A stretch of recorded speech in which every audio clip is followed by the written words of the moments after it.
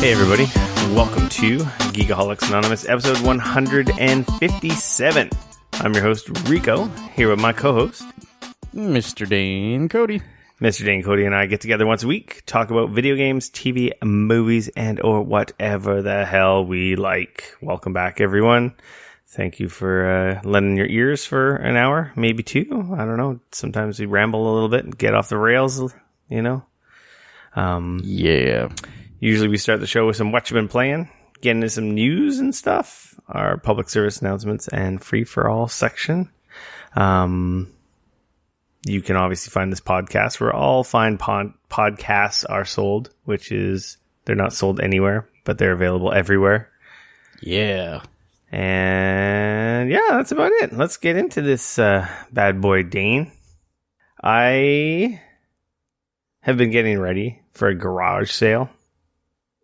So it's a little BS section for you here before we get into the show. And I've been digging through the crates, the toy crates. Yes. Man, I have some cool stuff I forgot about. Like Gundam figures and Spawn figures and Transformers. Like even stuff that I just totally forgot I had. And it's kind of sad that these are hidden away in a box somewhere and not being looked at. I know. Part of the problem is I have too many, and I don't have enough IKEA cases to display them all. And IKEA is not here, and a super pain in the huge ass to get more of those cases because it's expensive to deliver here. I've been meaning to get more to display more of my stuff. I'm kind of amazed that IKEA hasn't, in this day and age, set up like an ordering system. They do have just one. Order your shit. Yeah, they do. It's just $75. Oh. I know. The cases I want to order are like $59. So it's kind of like it's because everything weighs a million pounds, right? It's just that's the problem. Yeah, it's just I'm like I have to order 3 or 4 to potentially make it worth it, and I'm just like that's a lot of money in glass cases. But yeah, anyway, there's a big garage sale, and I've just been pulling stuff out of boxes, and I'm just like, oh my god, just getting a little overwhelmed with how much stuff I have. And like I said, there's some cool stuff, and then there's some not so cool stuff. That Spawn stuff sells really cool. Yeah, I got an awesome, it's like a samurai shogun Spawn. Nice. Looks like something like out of Neo, basically. Oh, that's super And I think cool. it's like, I'm just looking at it. It's behind me on the shelf now. It probably stands like 17 or 18 inches tall. Like it's a huge one. Wow. It was cool. It was like a special edition one. I'm like, forgot about this guy. He's freaking awesome. And but then I got some really bad Transformers. Like I was collecting for some reason, I don't know why. I was collecting the Armada figures. And they're bad. They're bad. Oh, just like as like the figures, just the quality and stuff. Toys. Yeah, they're just they're very kiddish. They're not like generation like right now.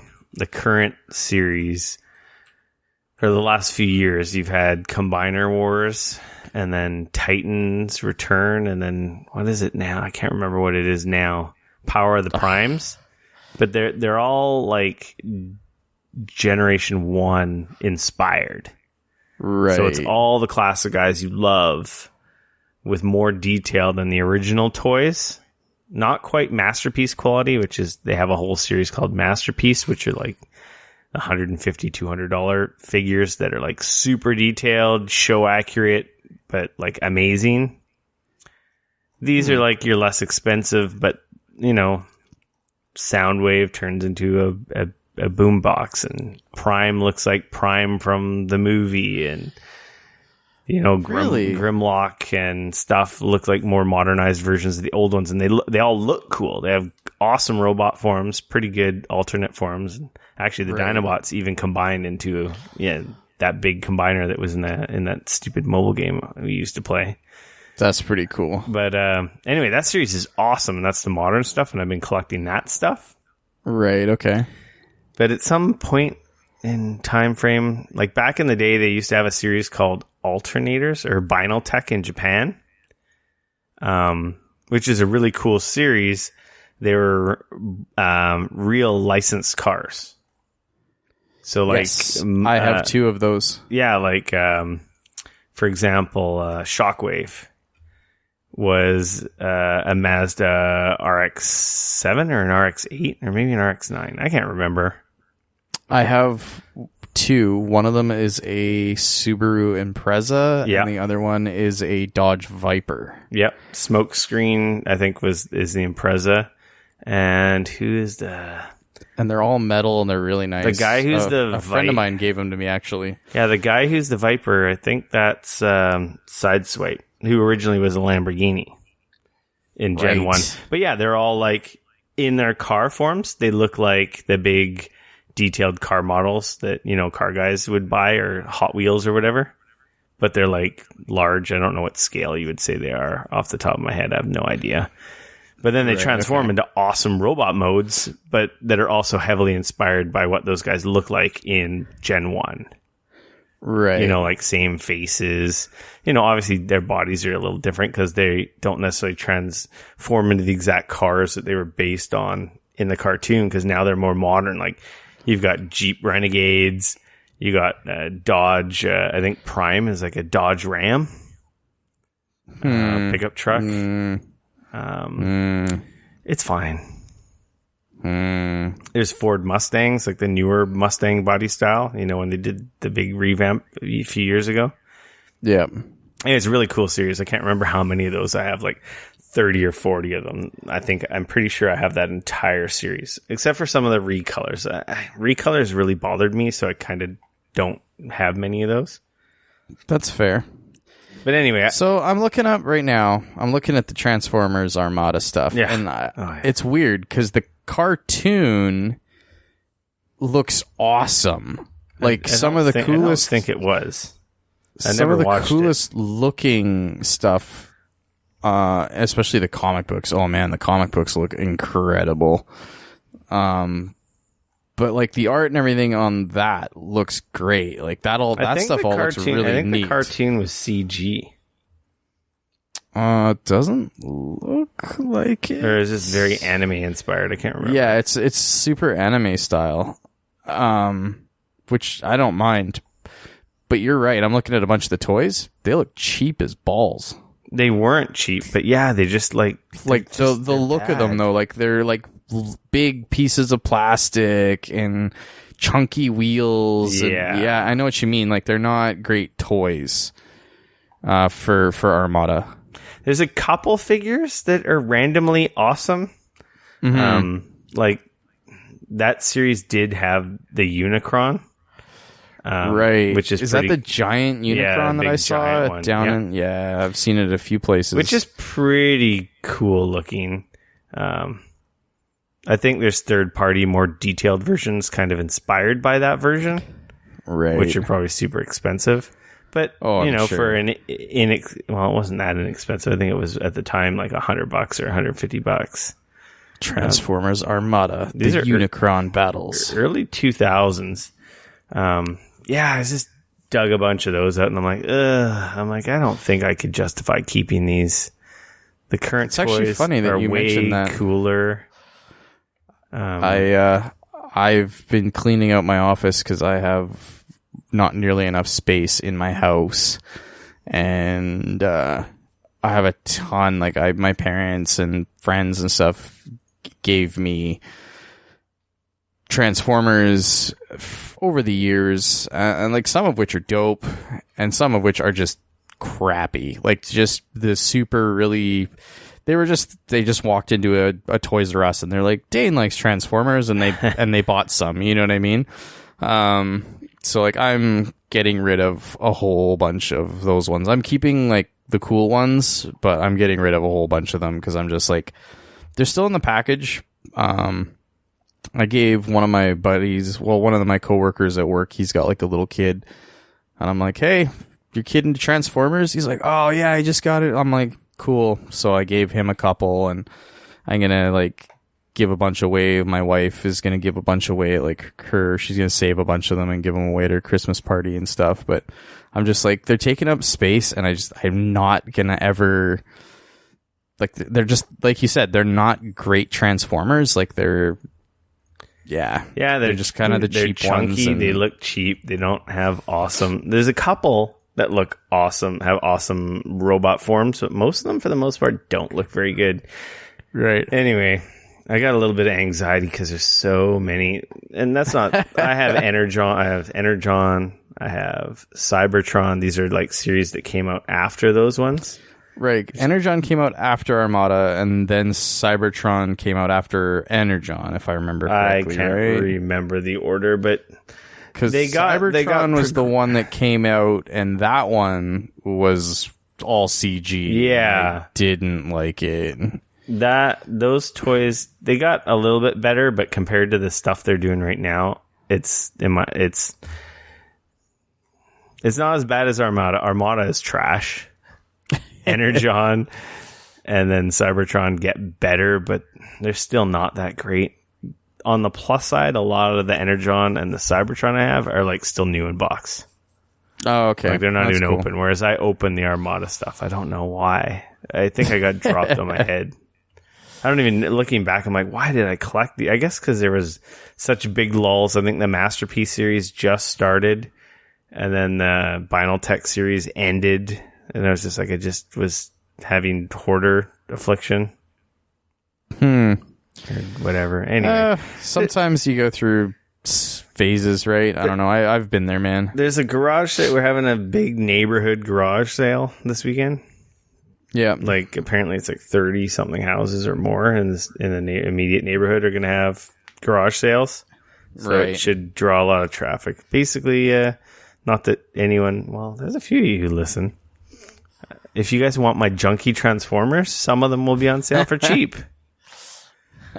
You know, like old DVD players, freaking alarm clocks, like all this kind of stuff. It's like, I haven't touched you in years. Out. You're gone. Right. It's going to be like $5, $10, $5, $10.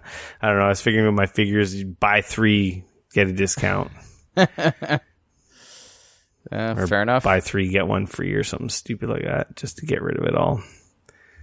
And then I think I might just, if I don't sell any of it or all of it, I might just end up donating it. That's cool, man. Anyway, I've been digging through crates. I need to post photos. I took a bunch of photos. I don't think I've really posted many. I did post one of that Metal Gear Ray figure. Yeah, that I one's found. pretty cool, man. That thing is cool. I'm like, oh yeah, I have the Metal Gear. I think it was, I want to say Solid 2 McFarlane collection of Metal Gear figures. Oh yeah, man, those are awesome. So I have all those guys, and that's where that came from. Yep, I had a friend of mine that was trying to collect all of those. Yep, I have them all. Actually, a really funny thing is I had these mini Transformers figures. They were kind of like rubber. You remember the little muscle wrestling guys? Yeah, they were kind of stretchy. Yeah, they're stretchy. Yeah. They were almost like as if they were made out of eraser material. Yeah. I got a bunch of little Transformers like Soundwave and Starscream and a bunch of Generation 1 figures like that. They were little plastic, little rubbery guys.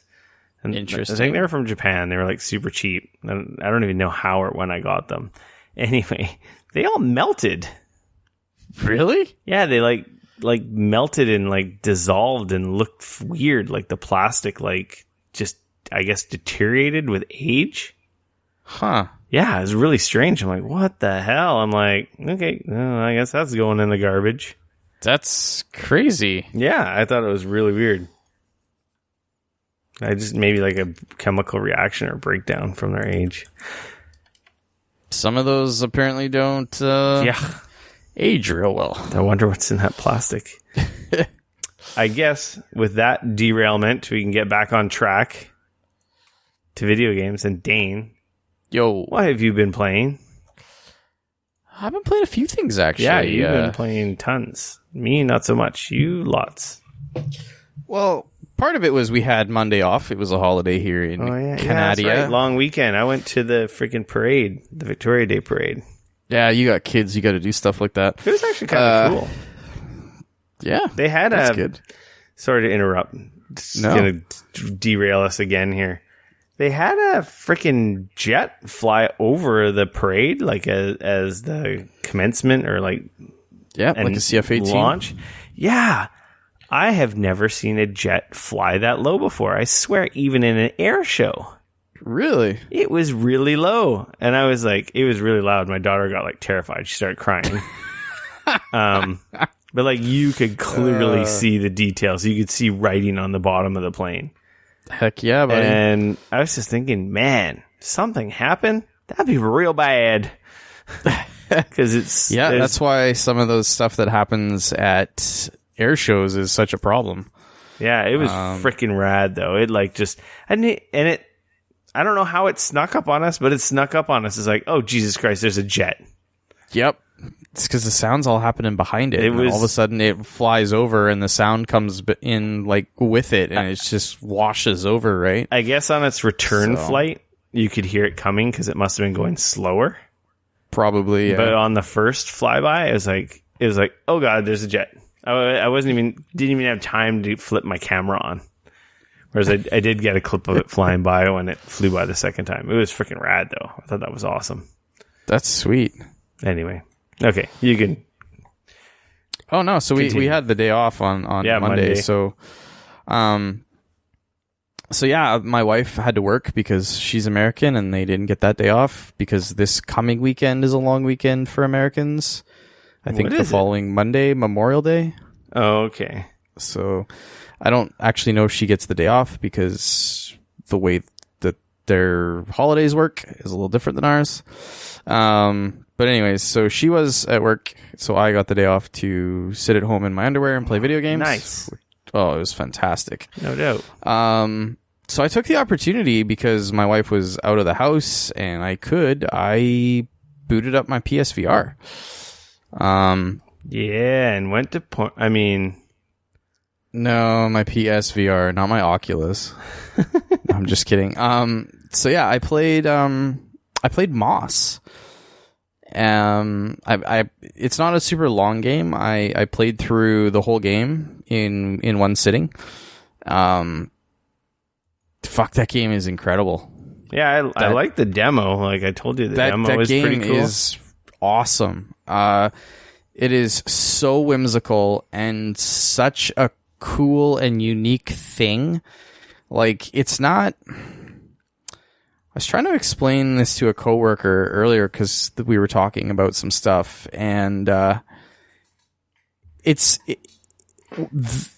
is one of the few games that I've played in VR, especially that has made me go, this would not be the same experience if it was not in VR at all. Like, not even remotely the same thing. Like, they could make that game and not put it in VR, and it would work just fine, but it would kind of be a mediocre platform adventure type game with some like puzzles, and you'd go like, yeah, I don't know, that was fine, whatever, it was kind of cute, etc., etc.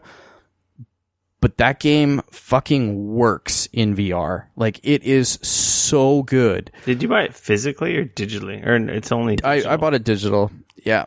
And it is, so for anyone who doesn't know, you play as a little mouse, except that you don't. That's the funny thing. So you play as a being called the Reader, and you are actually helping this little mouse. Quill is his name, right? Yeah, it's a her. But yeah, so you're helping Quill with stuff in the levels, but at the same time, you're also, you as the player with the controller, you're actually controlling Quill. So you run and you jump, and there's some light like combat mechanics in the game as well. You can attack and you can dodge. Yeah, you control her like a third person adventure game. Yeah, exactly. But at the same time, she actually like looks at you. There's these incredible little moments. There was one thing where we finished like one of the sort of quote unquote chapters, and like we finished it, and she like looks up at me and like puts her hand up in the air, and I'm like, I high-fived her. And like, it was such an incredible feeling, because even though I'm not touching or it was just, it felt so natural and so cool. And she's such a cute little mouse, and you can't help but just really want her to do well and do good things, and like you want to help her. It's such a cool it's a super cool idea, and it's really well put together. It works incredibly well. Each level is kind of, you see the beginning of the level, and then you see the end of kind of the level on the right. And it's, the idea is that it is a 3D sort of map. You're trying to figure out, each level is a bit of a puzzle to try and sort out, like, okay, well, I need to get from here to there. There's going to be some are going to have some combat elements, some aren't. You can, using the controller, you can actually you actually give her health. So if you're attacking somebody and she gets hurt, you can actually like grab her and actually give her health, and that's how you like regain health in the game. But enemies, you can actually more or less grab enemies, and you don't hurt the enemy per se, but you can stop an enemy from attacking, and you can also direct that enemy to move where you need it to move. So there's lots of times, and that kind of falls into some of the puzzles and things like that, where you grab an enemy and then you use Quill to go do a thing, and then you put an enemy in a certain place, or you use an enemy to attack another enemy, or, you know, it's all worked into the game. This game had a little bit of I don't know, this is going to age me big time, but it had a little bit of a Secret of Nim vibe to it, but not quite as dark. It was a little lighter than Secret of Nim, to be fair, because that movie gets dark. But kind of an interesting idea, kind of like that, where there's an event that happens, some stuff goes sideways, and you come across like an artifact, if you will, that kind of, and thus begins the journey that you start with Quill. And because she finds this artifact, that's how she finds you, the reader. Now, what's really cool about that, though, is that the game starts off as you're in a library reading a book. And so you are the reader, as in, like, you're the person reading this story. Yeah. I don't think the demo starts like that. It's so cool. So there's like multiple times where you kick back to this library and you're reading this book, and you even actually have to like turn the page. Like, so there'll be some storytelling elements that will happen, and then it'll stop, and you got to like turn the page, and then more story elements, and then you turn the page. Like, it's so well done. Yeah, I found it worked really well because it's almost like you're not going to get sick at all. Yeah, it's like either. a That's diorama. really nice. It's a fixed camera, but you can poke your head in and lean and turn around and look around and move around the environment. And it's static, and you control the motion, and it just works so well, I thought, in the demo from what I played. It works awesome. It's not a super long game. I think it took me 3 or 4 hours to probably get through. It's not terrible. No, it's not. But honestly, like I'll probably play through it again. It's so cool. Yeah, I don't, and it made me smile so many times. Like, just little stuff, like that moment when Quill turned around and like put her hand up like she wanted to high five me, and I high fived her. I was like, oh wow, hell yeah, that's awesome. Just like so many little touches like that just put a big smile on your face, and you're like, this is great. So yeah, if you own a PSVR, buy Moss. Those guys deserve your money. That, in my opinion, is the first must-own thing for the PSVR. Like, if you own a PSVR, you should own Moss. It's awesome. Yeah, I really liked what I played from the demo. I meant to go and buy it, and I just didn't end up getting around to it. I might have to wait if it goes on sale. I gladly paid full price, and I would do it again in a heartbeat. That game is worth it. That's cool. Yeah, it was super, super good. I really, really enjoyed it. Yeah, it seemed more people good. should seriously be talking about it. It's dope. It seemed good from what I played, so. Yeah. You played some Battle Chasers on your Switch? I finally got my code. Yeah. got that downloaded, installed, all that fun stuff. Did you get it the day it released, or just a couple days later? Or what? I think the day after. So not too bad.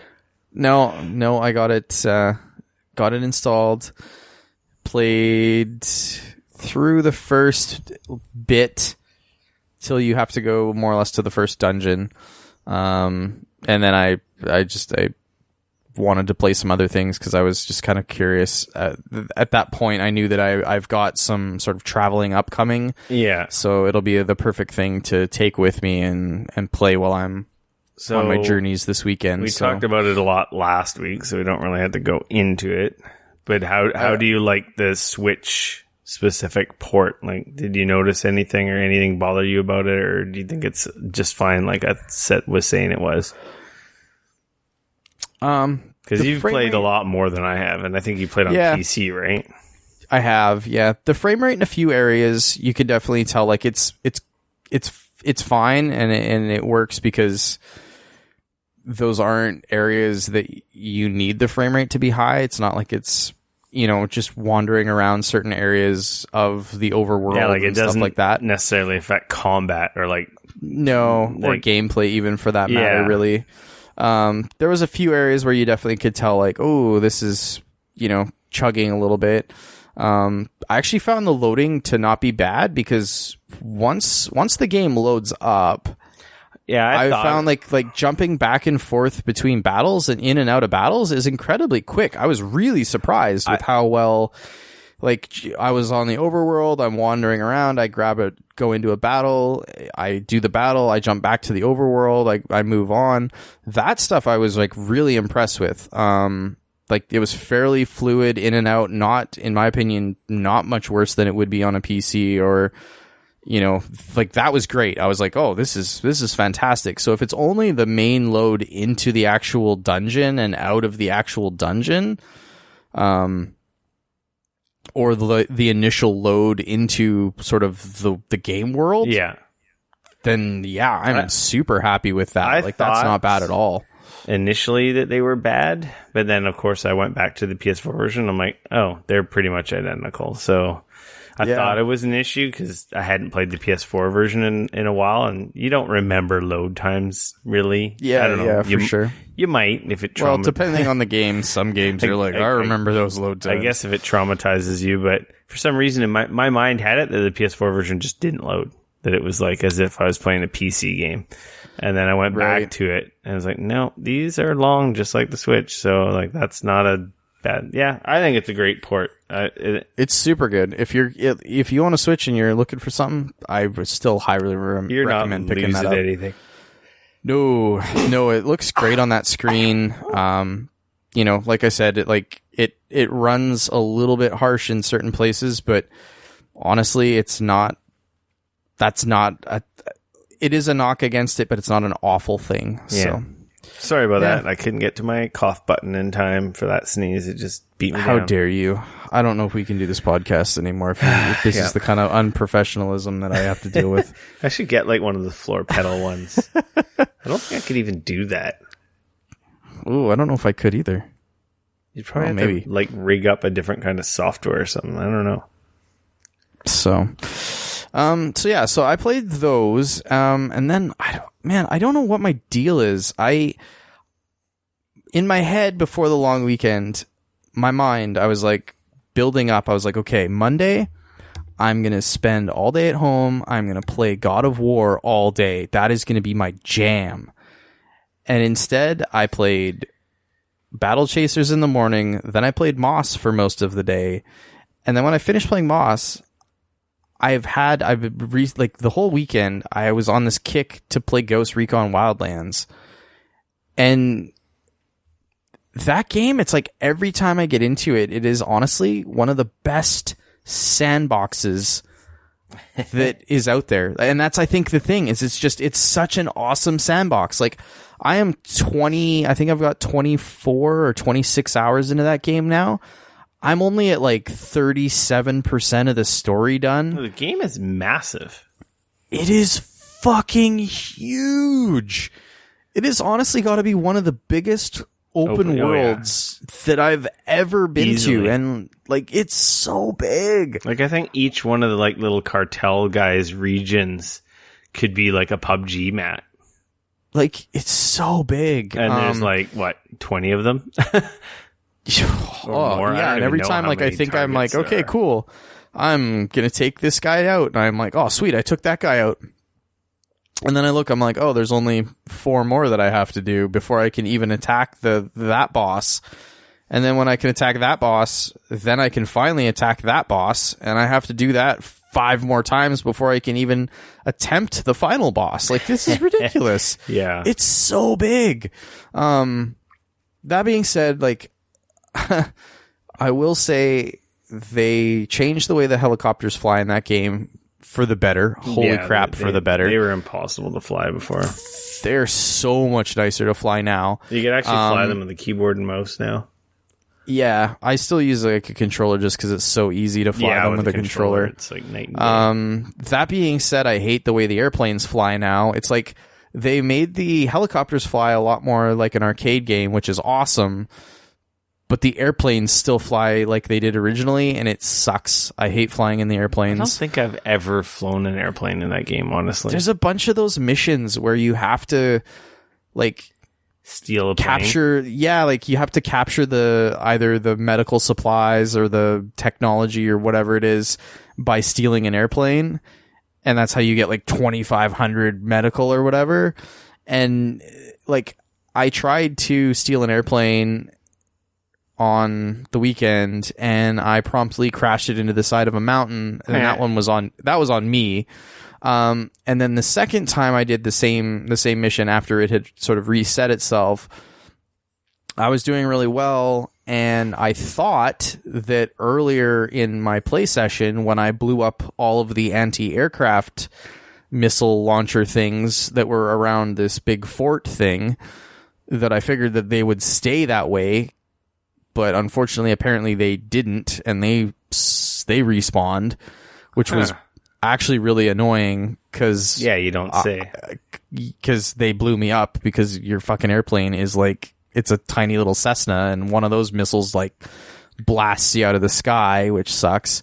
That was kind of my only real complaint. It's like, it's weird, like some of the stuff that you do in the game is persistent, but a lot of the stuff you do once you load back in, I don't know if it's like if you die and reload, or if you load back in after doing, like, if you like quit and come back, that it respawns. Like, I'm not really sure where that disconnect is. Yeah. But that bit me a couple of times where I'd like sabotaged like a base, and I blew up all their air defenses and stuff like that. And then I was like flying by either later in a helicopter or an airplane or something, and there's missiles coming at me, and I'm like, wait, what? I blew so little things like that. Not a big deal. Kind of an annoyance more than anything, but I still cannot get over how big that game is. Yeah. It's so big. I don't know how long I played. I have no idea what my completion is either. I just know... You can find it in your Ubisoft app if you're curious, but... I just know I'm nowhere near finishing it. And that's the thing, like, it's great, like, because I'll jump in it, and like I said, like, it's like, it sounds terrible, it's like all the things that I loved about Far Cry 5, without any of the stuff that I didn't like about Far Cry 5. Except it's in third person instead of first person. That's kind of the only, like, real difference.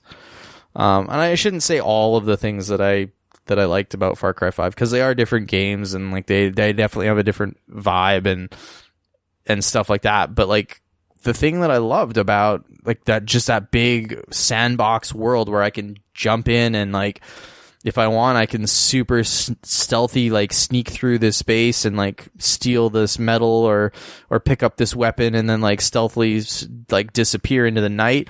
Or if I want, I can like roll up with my gunship and like mini guns blazing and rockets firing and everything's on fire and exploding. Or I can try and go stealth for a while until shit goes sideways and then the rocket launchers and grenade launchers come out. Like, it's such a cool thing, or I can roll in I can steal an APC from somewhere and roll in that way, or like I love all of that part of the game. And it's an awesome game to just kind of, I'm going to go dick around in this world and jump out of airplanes. It's so easy to jump in and jump out. That's for sure. Yeah. It's really great. In a way, kind of a bit of a palate cleanser, you know? Like if you're playing, like I played Moss, which was like this it's not, deep story. And in this, it's like, yes, there's a quote unquote story, but it's very light and it's not high stakes or end of the world. The story is there to... Yeah, and it's only there to really push you to like killing the go to this other place and do this other thing. So it's like the objectives are there to help kind of move you forward, but they're not there to like get in your face and like, oh, you know, you can pretty much skip all the cutscenes and just make sure you are paying attention to where you need to go and what you need to do, right? Yeah. So, cool. Yeah. But yeah, that was kind of want to beat that one day. I know, and that was the other thing. I'm like, man, this game is so big and ridiculous. Like, I kind of feel like... So now I'm level... That's the other thing, too, is I think I'm level 18 now. And I believe level... Is it 20 or 30 is the highest? I'm not sure. I feel like I think I heard 30 somewhere, but I have no idea. Yeah, and I'm not sure if that's for the multiplayer or if that's for the single player. So, yeah. No idea. I don't know if they're the same or not, because I haven't done any of the multiplayer besides like some co-op stuff. I think I'm 16 or 17. Yeah. That being said, I also got like a whole bunch of stuff in the game, and like I cannot believe how many guns and shit they have added to that game since it launched a year ago. Oh yeah, and the crates. Like and my stuff. list is insane of like all the weapons and like unlocks and stuff that I have now. I just unlocked like a BFG 50 cal anti-material rifle that I totally like killed 2 guys through a car door the other day, which was crazy. So, you know, freaking murder gun. Yeah, it was kind of ridiculous. So, yeah, those are kind of my games. That. Yeah, it's exactly for that. Well, I was playing something a little more lighthearted. I'm still playing Donkey Kong Country Tropical Freeze. Nice. I think I'm on the last world. Okay. I don't know how many worlds there are. I'm on the 6th 7 world. 8. I feel it's the island that the like game opens up on, unless there's like some extra like secret stuff world. that sometimes that shit that. Yep. Here's the next another level. It's the boss world area that wasn't on the map. So yeah, it could be. Anyway, that game's fun. It's opened up a little bit more with like some minecart levels, and there's these rocket levels, right? Where you it's kind of like a jetpack. Did you play Jetpack Joyride? Yeah. Where you basically hold the button down and you go up and you let go and you feather it and you go down. Yeah, the idea is to not hit the roof or hit the floor. Yeah, and there'll be like different obstacles and stuff.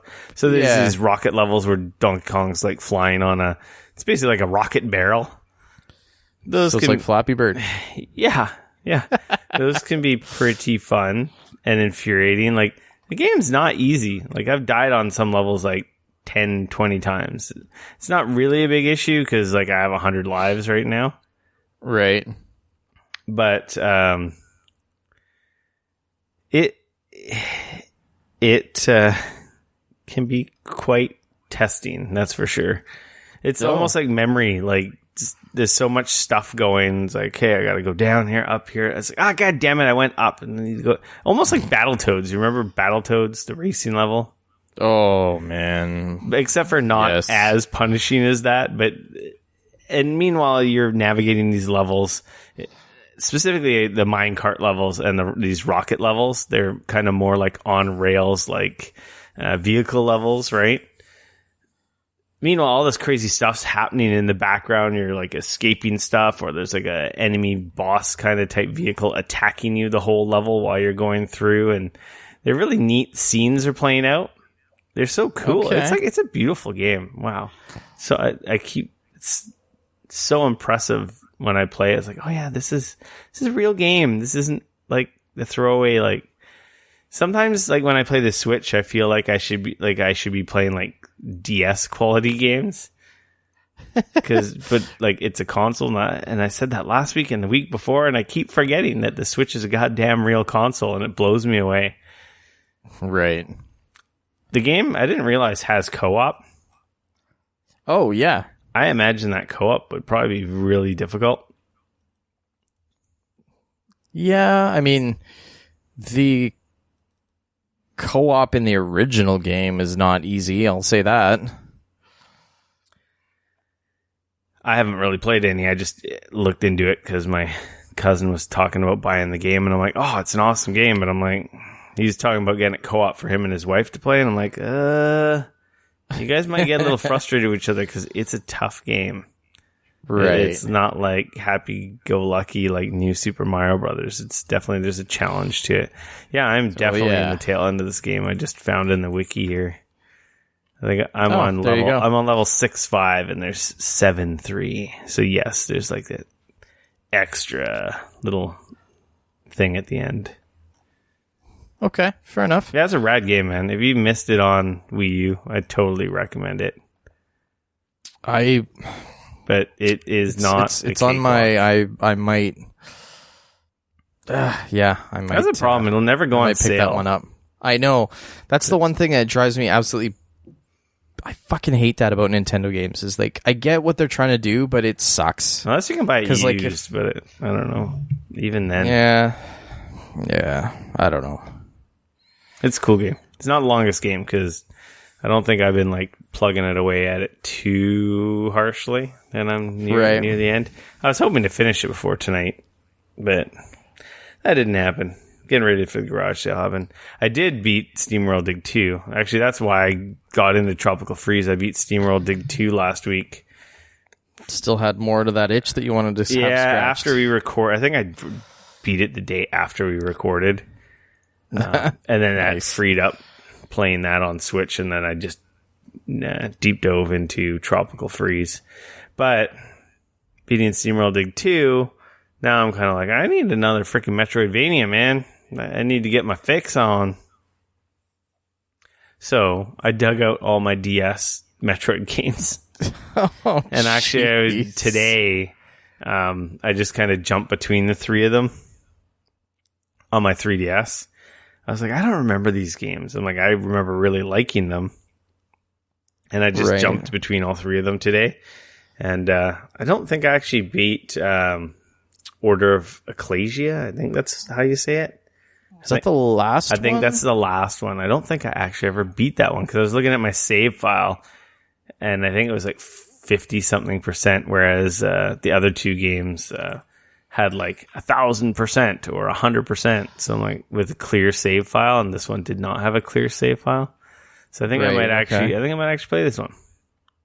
Fair enough. Through that's cool. Completion. So I just started a new save because I'm like, I don't know where the hell I am or even how to play this freaking game. So I'm not gonna pick up where I left off and just starting from scratch. We'll see how that goes. Right. With that being said, Dane, I think we're done with what you've been playing. Is that all you've been playing? That's I played some Destiny 2, but did you finish you had finished it last week, right? Yeah. I was just doing some of the extracurricular stuff. There's like some quest line that the new NPC gives you on Mars that I think unlocks an exotic, and I was screwing around with that. Gotcha. Yeah, it's Destiny. Yeah. Moving along. Come and get your news and stuff. Cross-platform PC news. I think we talked about it last week. Activision had a Call of Duty event last week, but it happened after we recorded, so obviously we couldn't talk about it. But they had their Black Ops 4 reveal. Basically, people got hands-on with the multiplayer. Trailers and information will be linked in the podcast notes. So if you use a good podcast player, you can check out the links for yourself. Basically, they confirmed there's no single player. They've added story to the zombies mode is kind of like what they're saying. We're weaving more story elements into their zombie campaign. There's like 3 different zombie maps, which are essentially, I think, 3 different time eras. Right, okay. They did go over a lot of the stuff in the multiplayer. It's semi-futuristic, minus like the wall runs and crazy aerial stuff, but there is some mobility with like a grappling hook. Then they revealed their Battle Royale mode, a Blackout mode, but they didn't show any of that. They just had like a trailer talking about how they were bringing Call of Duty's leading gameplay, vehicles, and never before seen whatever. Right. They didn't talk about player counts. No one saw it. No one played it. They just basically, people who went to the event got to play the new multiplayer. And they didn't. So many things about sort of what they announced. I was very much, I don't know, not overly impressed with. How's that? Yeah. Some of it I was like, oh, that's cool. Like the fact that they don't have a single player. It's a bummer. Because as somebody who plays a lot of the single player, like that's my jam. With the exception of World War II, I've beaten the single player mode for all of them. Right, exactly. So for me, like that's a huge draw. So to not have that coming is definitely something that I'm looking at going like, well, this kind of sucks. And the question is like that I have to ask myself then is like, what is the draw for me to play this? Like, I don't really like the way that they do zombies. Yeah, so for me, there is no draw there at all to play zombies. We got into zombies on... it was Infinite... The zombies mode in Infinite Warfare. Me and Teacup got into it quite a bit. But yeah, the problem I had with that is that there was very little story. And essentially it was just... It didn't seem like there was ever really an ending to it, that it was just escalating waves and opening new parts of the park and unearthing little secrets that essentially made you more powerful and stuff. But I don't think there was like a clear, like, here's the ending and how to beat this. I could be wrong. We got into it for a bit, but then we dropped it. But we had fun. Right. If the zombie mode is more expanded with more story stuff, that I can probably see myself enjoying that. But yeah, I don't, that's not, it's not what I was looking for. It's not what I played the COD games for. Obviously, they're speaking to their player base, to their most hardcore by focusing on multiplayer. So, some people never even played the campaign. I know lots of people that never played the campaign. To be honest, my brother-in-law, I don't think he ever played the campaign in any of them. All he ever did was the multiplayer. Right. So he was paying for something he didn't use, right? But that's the thing. The problem I have is they're charging full pop still. Yeah. And like for me personally, I'm in this spot in my life where I don't have time to dive into these crazy like multiplayer games that are going to suck up hundreds of hours of my time. Like I have hardly any time for so many of the games that are single player and things like that. So like when you're gonna, so for me it's so hard to kind of look at that and go like, okay, well I'm gonna grab. No, I'm probably not. I'm really intrigued in the Battle Royale mode because, like I said, Fortnite is its thing, PUBG is its janky thing. I am very intrigued to see one of these AAA shooters engines utilized in the Battle Royale mode. So I hope they show it or talk about it at E3. Right. I don't think it's a failure if it isn't 100 player. Like people are like, oh, we heard it's not 100 and they can't get there. I'm not worried about it being 100. If it's 80 or even if it's 60, I'm more concerned with the actual gameplay. Like they said it's going to have vehicles. It's the tried and true Call of Duty engine. Like, that's what I'm intrigued to play, that kind of shooter in a battle royale. I don't know, because the shooting in those games is quite solid, and to me the shooting in like PUBG is in my opinion pretty janky.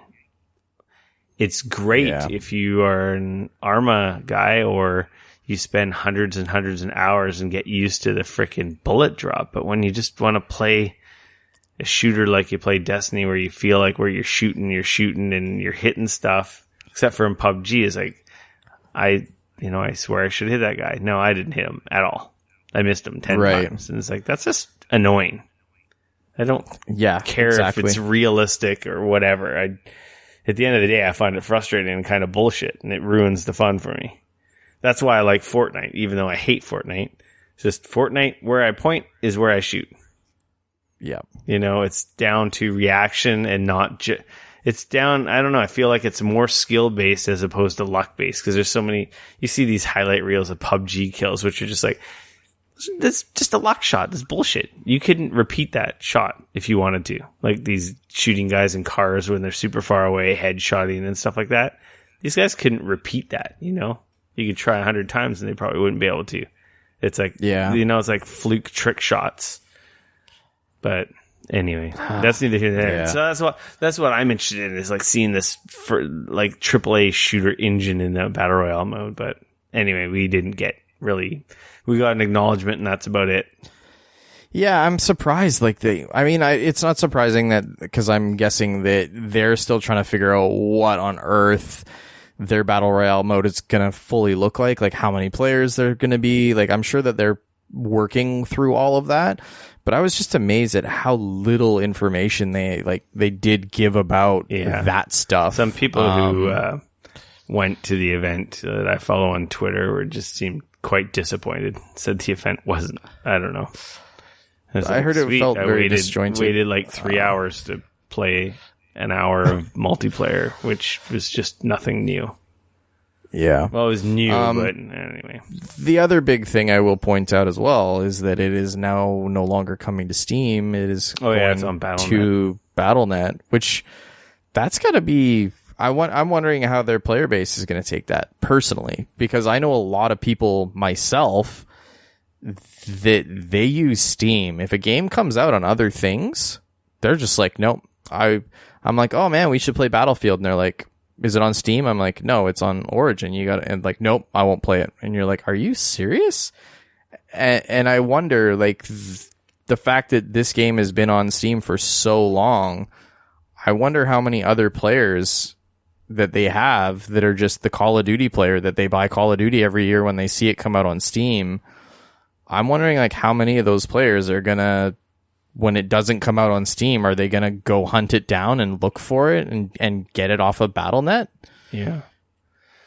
I don't know. I mean, definitely intrigued. Yeah. It makes sense when you have your own platform. I'm pretty sure it's at E3. I'm waiting on an appointment to see that, so I hope they have the Battle Royale mode there. Cool. I don't know. I wasn't really going to talk about this. There's not much to say. Ubisoft had a business conference call or investors call, I think, last week or something, and some news came out of it. Right. Skull and Bones has been delayed until fiscal next year. Really? Apparently. So it was... Wow. I think originally rumored to be this fall. I mean, they showed that last year at E3, didn't they? During their conference? I played it at E3 last year. Yeah. Wow. Anyway, I assume it'll probably be there again this year. That's crazy. Well, I don't know, mate. That's a good thing. More time, the better. Cook that turkey properly. Yeah. Oh, for sure. Maybe they just saw the lack of content in Sea of Thieves and were like, we're not going to do that. Okay, let's add some more stuff. Or unless there's new modes or stuff that they're having issues with. We'll never know. I'm sure we will find out more information. I don't know. I'm very split on delay stories. Every time I see, we are a podcast. Yep. Our shtick isn't, this is what's coming out today. Not at all. That's some podcasts thing. I don't know. I find that information pointless because I know what games I want and I can figure out quite easily when they're coming. Rarely do I buy a game that I didn't know about, like surprise release. Oh, well, that comes out to. Oh, that sounds cool. I'm gonna that's not me. So I don't know. And we don't need clicks. So this is like a click story for websites that operate off clicks. They need to publish 50 stories a day to get their clicks, right? To make their ad money or whatever. Yeah. So it's like I just always find patch stories and delay stories kind of pointless to talk about. I don't know why. I get patch stories. Patch stories are more valuable, but if it's something big, like patch stories for the sake of a patch story, like, hey, this game got a patch today and it doesn't really do anything. Like, well, who cares then? Like, but when patch stories tell me like, hey, this game got patched and this is like the big stuff that's happening, then I'm like, ooh, cool. Speaking of patch stories, our next story is a patch story, but it is a significant one. But yeah, I just don't know if I should even bother bringing up delays. I think some people probably want to know about delays, in all honesty. If you care or don't care, let me know on Twitter. Yeah. If you don't care, whatever. I guess it really only took 2 minutes of our time. There you go. Anyway, that game, I thought it was cool, but again, I don't know if you weren't here last year when I went to E3 and talked about it. I think it lives or breathes off of who you're playing with, a lot like Sea of Thieves. I had a blast because the guys I was playing with last year, we demolished the other team. And I had the clutch winning play, and when you win, that's always fun. But like, it literally is just the sea combat from Assassin's Creed. Right. There's no boarding. There's different ship types, kind of like one pirate ship was almost like a sniper class. One was almost like a tank. And then there was like your scout, like fast ship, less armor, less damage, but very quick and maneuverable. It's almost like the ship's war character types in any other classic shooter, except for it's that Assassin's Creed ship combat. Right. So, but what kind of modes are there? Is there a campaign? Is there leveling up? Like, what kind of progression is like? There's all these questions that like we have no idea because none of that was talked about or shown, right? Right. We just basically dropped into a 5-on-5 match. And basically, you spawn in two different sides of the map or the area, ocean, there's islands and whatnot. And there are random like NPC ships around.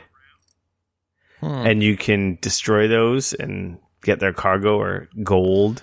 And basically you build up gold, and say if the enemies killed you and you had looted a bunch of gold, they could loot the gold you had. And the whole winning point in the mode we played was to get so much gold because you had to get the gold, and then there was so much time battling the other team and or taking out NPCs, building up loot, and then the map kind of culminated with I think it was the military ships would come in, and you essentially had to escape, and whoever escaped with the most gold kind of won, basically. You had the highest score. Right. Yeah. It was neat. It was fun, but that's cool. I don't know. Let's make it good. I'm not upset when a game gets delayed. I'm upset when a game gets released too early and it's just bad. It's a bummer when you're like super excited about it, but the way I see a delay is like we've said before. Like I think it only makes things better. I don't think they've even really shown it since E3 last year, so I don't see how it could have even been ready for this. Well, I guess this E3 could have been the big coming out party, and then this fall, I guess that makes sense. Yeah. Moving along, No Man's Sky. It's getting a huge update in July. It's getting actual multiplayer. And it is on July 24th. And is that also the release date for the Xbox? I think that's both. Yeah, I don't know what the release date is. But yeah, true proper multiplayer where you can join in and work on stuff together and go places together. Basically, have they said sort of like how big, like how many people per instance or anything like that? Like from what I'm saying, like it doesn't look like they're saying much of anything about that. Like, I guess, because my understanding of like this whole No Man's Sky thing is that it was so big and kind of ridiculous to even be able to bump into somebody in space because it's so big. Yeah, that was their defense as why you wouldn't see anyone because it's so huge. Right. So I'm wondering if this like is this a thing where you meet, like, is this a different game mode, or is this like you fly to a planet and meet up with somebody and you guys do your thing together? You can do everything that you can do solo in multiplayer. You'll be able to groups of friends okay. It sounds like small group. Like you'll be able to do all this with small groups of friends. The Xbox box art shows 4 characters and 4 ships. Interesting. So it's probably like parties of 4. Anyway, Sean Murray revealed this information on the Xbox Insider program, that monthly Xbox show. I was trying to see if there's a link to their website here with more information, but that's pretty cool. People are pretty excited. It's a big update, July 24th, and actual real multiplayer, which people were clamoring for since launch. I think that game has gotten a lot better, and I think people are actually quite happy with it now. Yeah. If there wasn't so much damn stuff to play, I'd almost be tempted to go back and play it again. Same thing. It's like I own it. It's there. And it's like, I don't have 100 hours for that. I got to really choose my battles carefully. Yep. Fortnite hits Android this summer. They didn't have a date, but Epic on a blog post, they're doing some improvements to the mobile game. It's out on iOS, I believe. I'm pretty sure. Yeah, it was in closed beta and then open beta, and I think it's just straight up out now. So, right, summer, no date. I don't know what that means. So, June, July, August. I don't know. There's a big conference coming up. It might make for a neat announcement. Actually, I'm pretty sure. I'm going to say this. One of my E3 predictions. Okay. They're going to announce Fortnite for Switch at E3 and probably launch it then you and think there. So? Oh, absolutely. If it can run on an It's Android, available for Switch. If it can run on an Android, it can run on a Switch. Yeah, that's actually a pretty good point. I was going to say, like, really, are you sure you'd want to? And then it's like, well, on iOS, it looks awesome and plays awesome. It's super impressive. Now, I talked about that, months ago now when I played it on iOS? Yeah. It was pretty impressive. I'm still kind of surprised it's taken them this long to come out on Android. Yeah, I am kind of surprised too. Speaking of Fortnite, Epic is going to be providing $100 million for Fortnite esports over the next year. No, that's not going to be the prize pool for one event. It'll be for multiple events over the next year as they make a move to really legitimize the esports scene on Battle Royale. So I guess basically that story is Ninja's just going to get richer. That is honestly kind of insane. That is crazy. Like, that is... Goes to show that they're making some good money on them skins. Well, I heard a rumor that they're making $1 million a day on mobile alone. And apparently they make more on the consoles. At E3, at their booth, I think it's at their booth, they're doing a 100-player pro celebrity match, like 50 pros teamed up with 50 celebrities. Yeah, I heard about this. I don't know if that's going to be at their booth or at a different venue. I have no idea. But it's during E3. If it's at their booth, I'll definitely swing by and check it out. It's crazy. Yeah, that'll be kind of fun. The game's a phenomenon. Yeah, like a phenomenon. It's honestly crazy. Some of my friends in the U.S. are really upset about this next story. Best Buy is ending the Gamers Club Unlocked program. No real word as to whether there's a replacement, but basically, people who are members of this club, I think you got a 20% discount on any games that you pre-ordered, similar to like the Amazon Prime discount, which I don't think they do that anymore in Canada now. Or maybe that this was a direct response to Amazon Prime, as well as this was a bit of a response because they started. Does Amazon still do 20%, or did they change it to 10? I feel like they changed it in Canada. I don't know. I haven't pre-ordered any games from there for a while. It's. Yeah, I mean, I thought that when they did this was a direct thing where they were like, "Hey, Amazon, we can do that too," and they did it. Yeah, I guess maybe they just feel like they're not making enough actual money off of friggin'. yeah, I think they changed the Prime discount to 10%. I don't think it's 20%. I think it used to be 20% in Canada, at least.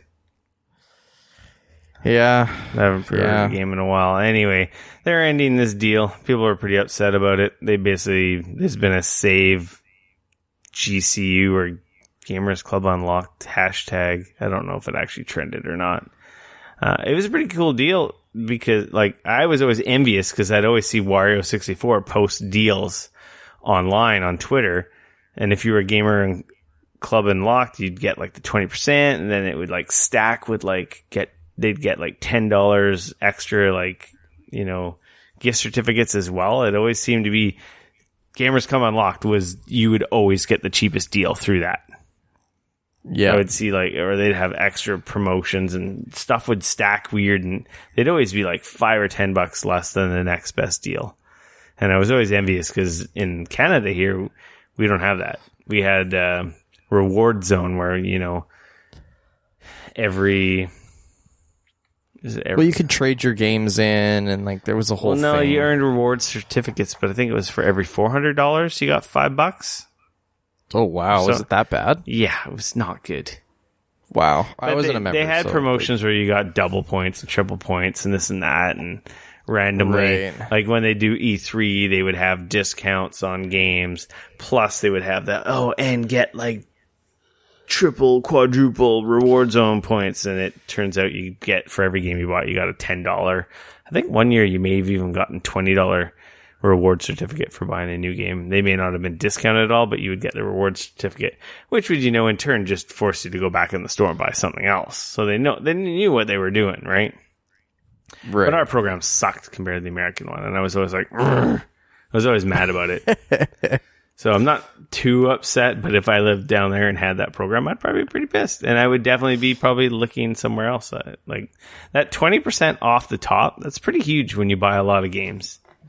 Especially when they're brand new. And that's because like here in Canada, games are fucking expensive. Yes. They're $80 now. So when that reward zone program in Canada was good, I used to get all my stuff at Best Buy because it was usually guaranteed that I would get usually always a $10 reward zone certificate with any new release. And that was the best deal at the time. So it's like, obviously I'm going to go there because every 8 games is a free game. Right. No one else did that. I don't know what game or EB Games thing is. I don't think they have Jack. I don't think they have anything. And then Amazon Prime came along and they were doing the pre-order and get 20%, which I believe they've changed it to 10 now. So right off the bat, buying games through Amazon was the go-to. It was like, that's way better. And the games would actually arrive on release day. So I didn't have to go into retail or pick it up. So, hopefully they come up with something better because a lot of people are pissed off about that. Yeah, fair enough. Battlefield 5 had their reveal event today. That they did. They released a trailer, talked about some new gameplay details. The trailer, they're going back to World War II. World War II. They've got the cover art looks to be a female soldier. They've brought back war stories like in Battlefield 1, which were cool. Split on. You liked them. Really you liked them. I them. didn't really care for them, but yeah. From the trailer is apparently in-game engine. It looks pretty. It looks unreal. It is beautiful. I call bullshit. Like, unless it's maybe the PC version with like 2 SLI 1080s or something. It looks amazingly detailed. It's got your war stories. It's got a separate co-op mode up to 4 players. I can't remember the name of that mode now off the top of my head. Surprisingly enough, they didn't announce a all-out Battle Royale mode. No. I wonder if that's something that they'll like save for later. Combined Arms is the co-op mode. Right. Which is, I guess, like, I don't know how many missions it is or whatnot, but apparently they're like story type levels. Grand Operations, which is the 64 player hour-long multi-part battles that will take place over a series of in-fiction days and can culminate with brutal sudden death last stand engagements. Tides of War is what's this? No, that's a feature. That's not a mode. It looked cool. It looks beautiful. I'm still kind of bummed out that they went back to World War II. So it's got a campaign, it's got co-op, it's got grander giant multiplayer mode, and no acknowledgement of a battle royale mode. So I guess that's good or bad. That will be it. Well, not at E3. I guess it might be at E3 in some people's booths. They did have a lot of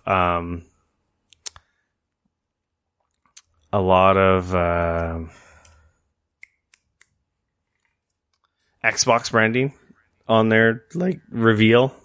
I noticed that like right off the bat. Xbox One, and they did have the Nvidia logos there too as well. Obviously for PC, I guess. But they've always been kind of aligned fairly heavily with the Xbox team on those games. So on the console side of things, and it makes sense. Why wouldn't you when PlayStation is currently teamed up with Call of Duty? I mean, that kind of makes sense, right? It looked cool. They're talking about going to locales you've never seen, doing stuff no one's ever seen. German occupation of Normandy, North Africa, the German, like Switzerland. So, yeah, they're trying to branch out in World War II. This just feels, again, for an old guy, this feels very reminiscent of the early 2000s, and suddenly everything is going to be World War II again, which I feel like I already lived through this, and now I get to do it again.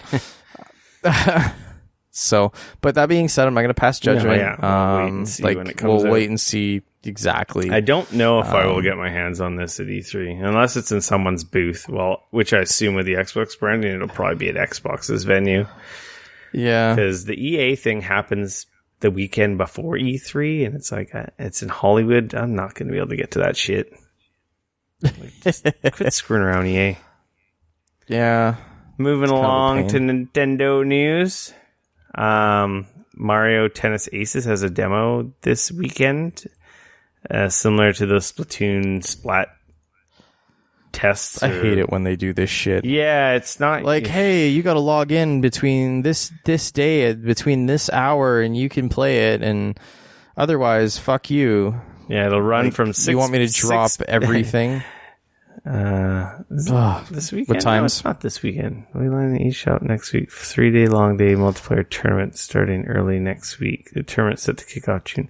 That's not next. I guess that's next week. Oh, I guess that's to kick next off on weekend. Friday, June 1st, and run until Sunday, June 3rd. Yeah. Okay, so at least it's the weekend. I was happy. Sorry, when you said like the Splatoon stuff, they were only doing it for like these 2 hours on this day. No, it's a little better than that, and that it's a whole weekend, but it is still just limited. Right, it's just online multiplayer matches. By the time you listen to this podcast, you should be able to go to the eShop and see the download for that. But you won't be able to play. That game looks cool. I'm pretty sure I'm going to pick it up. It's too bad it's coming out after E3. So that would have been a nice playing game. So I guess we'll remind you again next week to download that. Fair enough. Resident Evil 7 is coming to the Switch in Japan. And kind of. It is a cloud version. It's streaming to the Switch. Yeah. In Japan. And then you download a 45 meg file and essentially basically GeForce Now it, but on your Switch. Yeah. I don't even know what kind of back-end platform they're using for this. They don't really go into any details. But apparently they've done this with another game on the Switch as well. Apparently Phantasy Star Online 2 does the same thing on the Switch in Japan. Oh, yeah? Yeah. Huh. So apparently if you really want to play Resident Evil 7 on your Switch in Japan, you can do that. No, you're supposed to play it on PSVR and shit your pants like I did. Forget that noise. It's kind of neat. I'm really interested in seeing how that performs. Again, I am too, because let's be honest, the Wi-Fi module in the Switch, not the best in the world. No, it doesn't have the best Wi-Fi. You're right. No. I have to be close to my access point, and I have good signal throughout my whole house, and it really is more sensitive than any of my other devices. Oh, yes. Speaking of Japan and Switches, Nintendo's releasing a cheaper Switch bundle in Japan, minus a dock and a power supply. I guess if you don't need all that stuff and are buying a second Switch, that makes kind of sense. Or say you dropped your Switch and broke it and you just need the Switch and you still have everything else. Yeah. That to me sort of sounds what this is very much seems like a no-brainer. It makes sense. Like right now, like if my daughter was old enough, it'd be like, here's your Switch because you ain't touching mine. Right. Little monster. I'm surprised it wouldn't at least give you a power supply, though. Because then you're going to have to, I guess if you, like I said, if you dropped yours and you already have that. Yeah, you're going to have all that stuff, so. At least this way, like if you do need a power supply, you can always just buy an extra one, which is probably still cheaper, so. Mm-hmm. PlayStation news. Sony is working with AMD's Ryzen CPU tech. PS5 is most likely target. This is like a rumor report. I read a story on this, and it's interesting because a lot of the people. I should have rephrased that. I've read multiple stories on this, some of which are saying like, "Oh yeah, why else would they be working with that? They want to make sure that it's." There's several people that are definitely going like, oh yeah, this is PS5.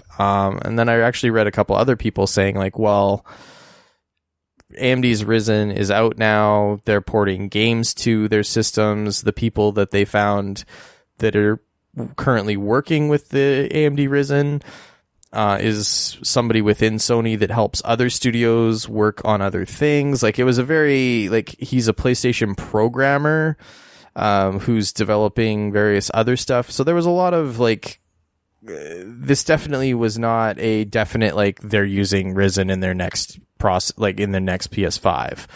This was definitely like there's a good chance that might be where this is going, but it also means that there's a good chance that he's working because it's a new processor and because it's a new architecture.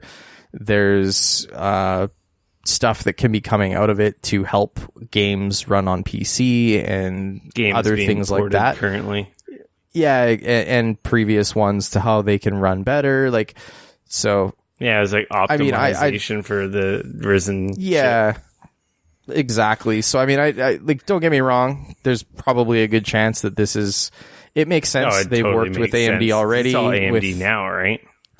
Yeah, they use a modified, like, what they call a bulldozer API, or APU, sorry, which is the processor and the graphics core, like, together on one package. in the PlayStation, as well as the Xbox does as well. Even the Xbox One X, it's a highly modified version of the existing already. There had been rumors that Sony was possibly looking at the new Ryzen with Vega, which is the Vega 56 or Vega 64 architecture, to sort of start building towards the PS5. So this makes sense. But it was interesting because a lot of people jumped. The platform that the Xbox and PlayStation are right now. That's the Jaguar platform. That's it. Jaguar. Yeah. That's right. Yeah, they use bulldozer cores. So I want a bulldozer core. No, you don't. I know. Yeah. So it's interesting. It's cool. I mean, I know people were like, as somebody who's possibly looking at buying a Ryzen processor in their next computer, like within the next month or so here, this is super interesting to me, because if they do decide to push that way, that means that the next generation of games, if they're built for that, are probably going to run a lot better on the PC on a Ryzen processor, because they're more highly optimized for it. Everybody wins. Exactly, which would be super cool. I wasn't too excited about seeing a PS5 at E3 this year, because it does seem quite soon, but I'm pretty sure we will probably get one, and my guess is going to be 2020. And then they'll be back on top with power, and then the Xbox will do their thing, and it's just going to be endless back and forth. Seeing as the head of Sony literally came out and said this morning, he flat out said that they're aiming for 2021 for the next PlayStation 5. Yeah, I had that story in our news, but it was all like business talk, and we're in our final phase of the PlayStation 4, and it's like the internet blew up. It's like, oh no, there's going to be a new No, that's not it's just sales are going to slow. I think it's important here to at least mention, hey man, we got another couple awesome years of the PS4 and Xbox One at least to come out before we see more, a PlayStation 5, right? Yeah. If that's what they decide to call it. So, the internet kind of blew up with that story. Oh no, don't buy a PS4. No. You guys, people are stupid. You guys don't understand business talk. They're talking about just their transition. Yep. They're at 80 million. They're not going to sell another 80 million over the next 4 or 5 years again. Not only that, but this means that they're going to be the most profitable over the next couple of years, because now they're going to just be selling more and more software, which is where they make way more money than on hardware. And obviously recouping the cost of development. So they actually sold less. Too, right?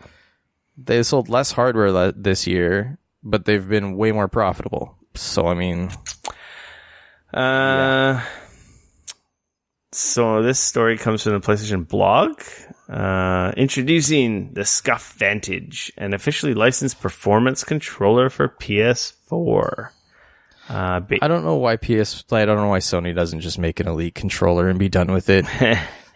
They keep outsourcing to these other companies. We've played with this an officially licensed Razer controller. They've announced one of these. We played with these. Well, not this specific one, but very similar ones to these at PAX, and they're nice.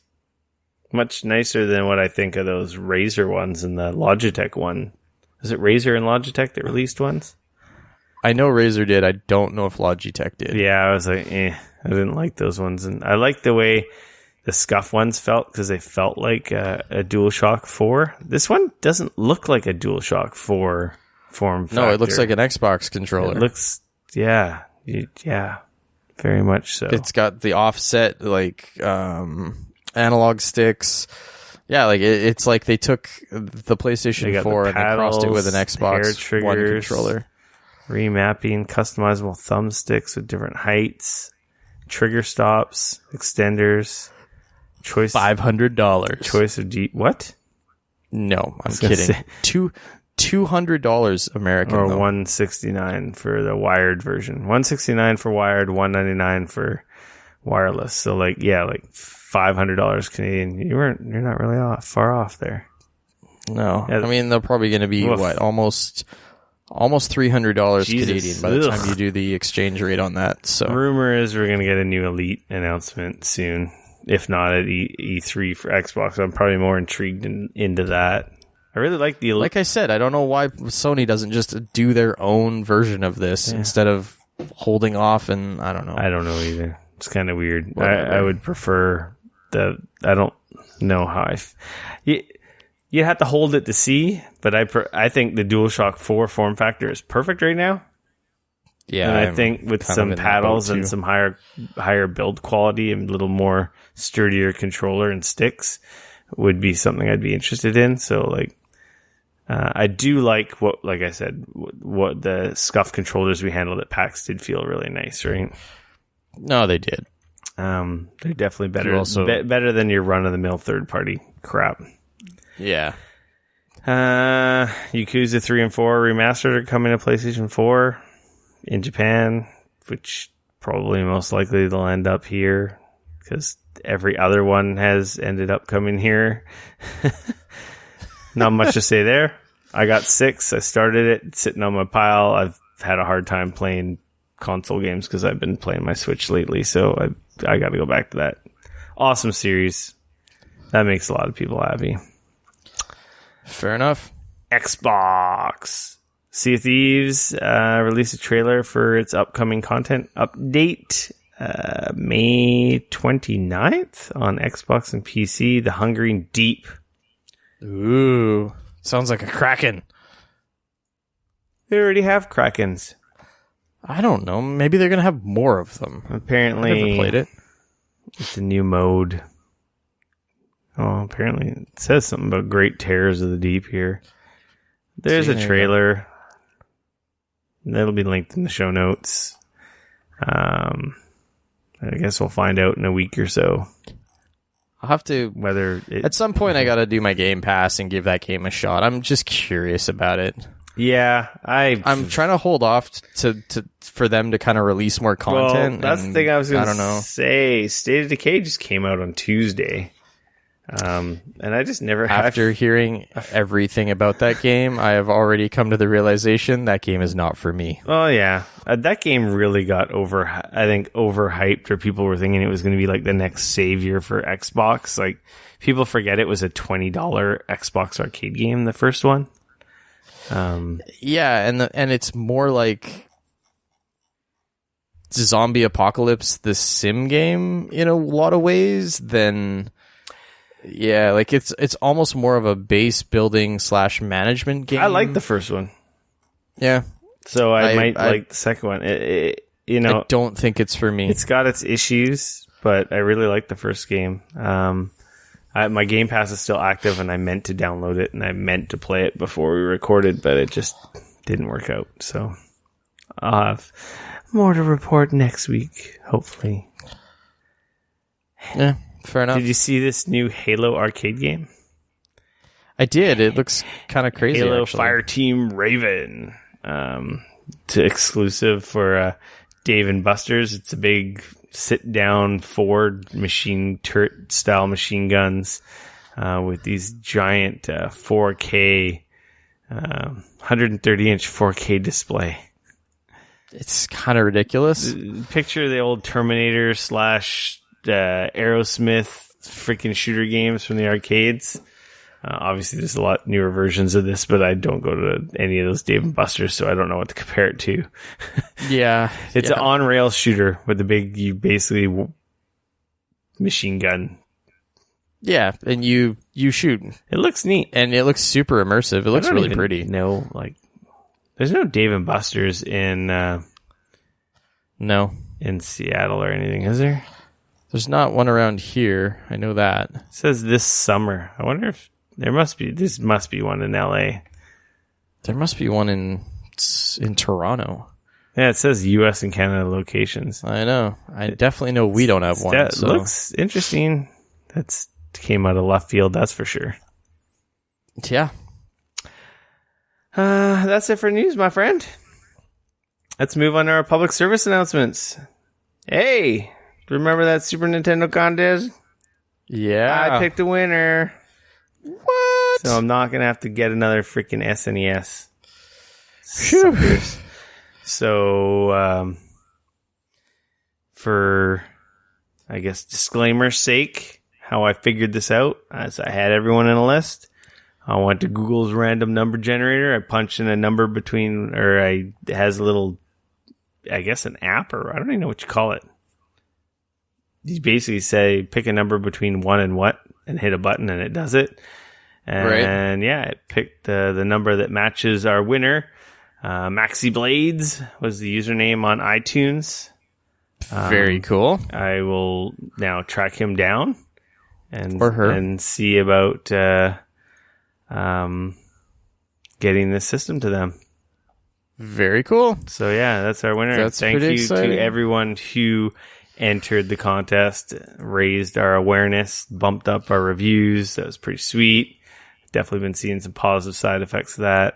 And again, yeah, it's been great. If you haven't reviewed us yet, please do. As much as a pain in the ass it is, it helps. We love you long time. I don't know what our next contest is going to be. I have 1 million PC games that I try giving away, and I guess nobody wants PC games. But I was doing that under the extended review thing. I'm going to probably just come up with some other system. I'll probably just do like a free code Friday thing, follow and retweet every week a new code or something. I'll come up with a new system. I got like 130 games, and they're just all from Humble Bundles. They're games I already have, or games I have no desire to play. But there's some good games in there. Like, it's not like crap. There's good indie games. There's even some good AAA games in there. Like, I think I got like Mad Max and some other stuff in there. And it's just like, I don't have time for this crap. I'm never going to play it. I haven't redeemed them in like 6 months, so I ain't going to redeem them in the next 6 months. So fair enough. I'll work on our next contest. I like giving stuff away. It's fun. Also, in our public service announcements, Zone of the Enders demo is up on PSN, PlayStation Network. That's kind of exciting. I'll have to check that out. I bring it up because apparently it has the VR component to it. I can neither confirm nor deny it. I did see something about that online, so yeah, I can second that. Check that also, out. as a third PSA, I want to throw in here, they're rebooting Thundercats and they're fucking it all up. So I saw that on the internet. I saw a tweet and somebody was like, "Oh my god, they're rebooting Thundercats." I was like, "Holy shit, are you kidding me? This is amazing." And then I realized that be careful what you wish for. It is this awful cartoony Steven's Universe weird art style. It's all super comedic and it's like literally everything that I loved about the original series is missing from here.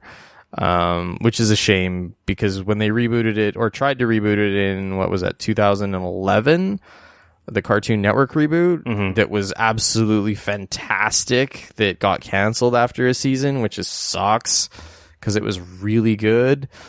And then to have them go from that to this after they just did the exact same thing to Teenage Mutant Ninja Turtles where they completely fucked up the art style and made it just... I get it. I get that these are not cartoons for me as a 34-year-old man. I get that. But, like, holy shit, these suck, man. I'm definitely not a fan of the art style, I will say. The art is awful. And the whole feel of the show, like, I watched the whole, like, video where they open, like, this is the opening of it or whatever. And, like, don't get me wrong, like, I may have smiled once or twice, and then I remembered that it was supposed to be Thundercats, and I was, like, incredibly angry. Yeah. So it's called Thundercats Roar, and they're just... that art style looks very bad. Yeah. I put a link for the Zone of the Enders demo in the show notes, so if you want to download that, you can find it in the show notes. Just click on it and it'll take you right to the store. Zone of the Fair enough. Enders Second Runner. That's what it's called on PS4. Okay. Yeah, it looked bad. My Twitter feed blew up when that was revealed. Yeah. That sucks. Yeah. That's it for public service announcements. Free for all section. I saw Deadpool 2. You did not, so it's kind of hard to talk about. I know. Don't talk about it with me. Okay, you stop listening and I'll talk to the audience. I threatened to go see this on Monday without my wife when she was at work on my day off. Yeah, we went on Monday. She gave me that look, like, if you do, I will kill you. So I didn't. So I really want to see it soon. I don't know if it's going to happen this weekend. I'll just say until you watch it and we'll have more discussion about it. If you like the first movie, you'll like the second movie. I love the first one, and I anticipate that I'll like this one. I guess the only negative is it suffers from, like the Avengers thing and everything else. This isn't new anymore or fresh. So, it might not have quite the impact like the first one did, right? But yeah, for man, they I'm just spoiler free here. They really ramp up everything to the next level. The gore, the jokes, the action, everything is like... They had a lot bigger budget in the second one. And there's some really awesome surprises. Like the trailers do not ruin anything. There's some really fantastic surprises. That's awesome. And there's some amazing scenes that I would like to talk about, but we can't because they're spoilerific. So yeah, be careful. Enough. There are some spoilers about stuff that already is happening. Yeah, it's more to do with cameos, but not knowing them makes them that much better. So avoid headlines. No, fair enough. I will recommend that or suggest that. That's cool. It's cool. It's a cool flick. I really liked it. I thought it was hilarious. I laughed out loud plenty of times. My wife was like, "You are retarded." She enjoyed it, but I don't know. Yeah. The humor just speaks to me. It's I hear you. It's Rick and Morty. It's totally. I don't know. Plus, if you're, from what I understand, if you're a fan of the comics and stuff as well, it's pretty awesome. Yeah. So, I think that's it, my friend. We are done. I think that's our show. Episode 157 is in the megabits. Thank you for listening. You can follow me on Twitter at RickF. You can always come bug me on Twitter at Dane Cody at DAYNECODY. Make sure to like us on Facebook.com/Geekoholics. Subscribe to us on YouTube.com/Geekoholics. Follow us on Twitter at Geekoholics. And the Insta, the Grizzam, also Geekoholics. And if you're feeling so bold, feel free to rate us on iTunes. That helps a lot. Or the Apple Podcast app. Oh, there you go. I'm still trying to figure out what I'm going to do for E3 this year. So, I was thinking, I don't know what my internet situation is going to be like. So if we're going to be able to record a show like last year, right? I don't know if I'll have that possibility. So I was thinking I might. Are you not going to be in a hotel? No, I'm staying at someone's house. Oh, okay. But I don't know what their internet's like. I don't know if they have a good area. I also... Come on, man. These are like, you got to ask the hard questions. It might be kind of rude to be like, hey, I need you to ignore me in your house for a couple hours while I do this. So bring them in. Well, special guest starring the person who put up with Rick for 3 days. That's true. We could always do that. I'll see how he feels. If he wants to do that, that might work. But also, I'm thinking I'm packing light, so I don't think I'm going to take a podcast mic because I think I'm only going to take carry-on. But I don't really have room for a podcast mic if I'm just doing carry-on. I don't know. We'll see. We'll figure it out. But I was thinking I might do daily like podcasts like right after I see stuff while it's fresh in my head. Oh, Or the other thing I was thinking of, like, just going crazy with, like, the vlog style impressions after I see stuff. You tease us with this stuff all the time, and then we get nothing. Well, that's why I just don't know what people want. Would they rather have audio, or would you rather see my ugly mug with my really bad beard I have going on right now? Ooh, yeah. Thanks, bud. Anyway, if you have any input on that, you know where to hit me up. Let me know what you think. Fair enough. I feel like I have to do something. I'm going to see some cool shit. Heck yeah. Take advantage of that. All right, until next week, we are out. Catch you later.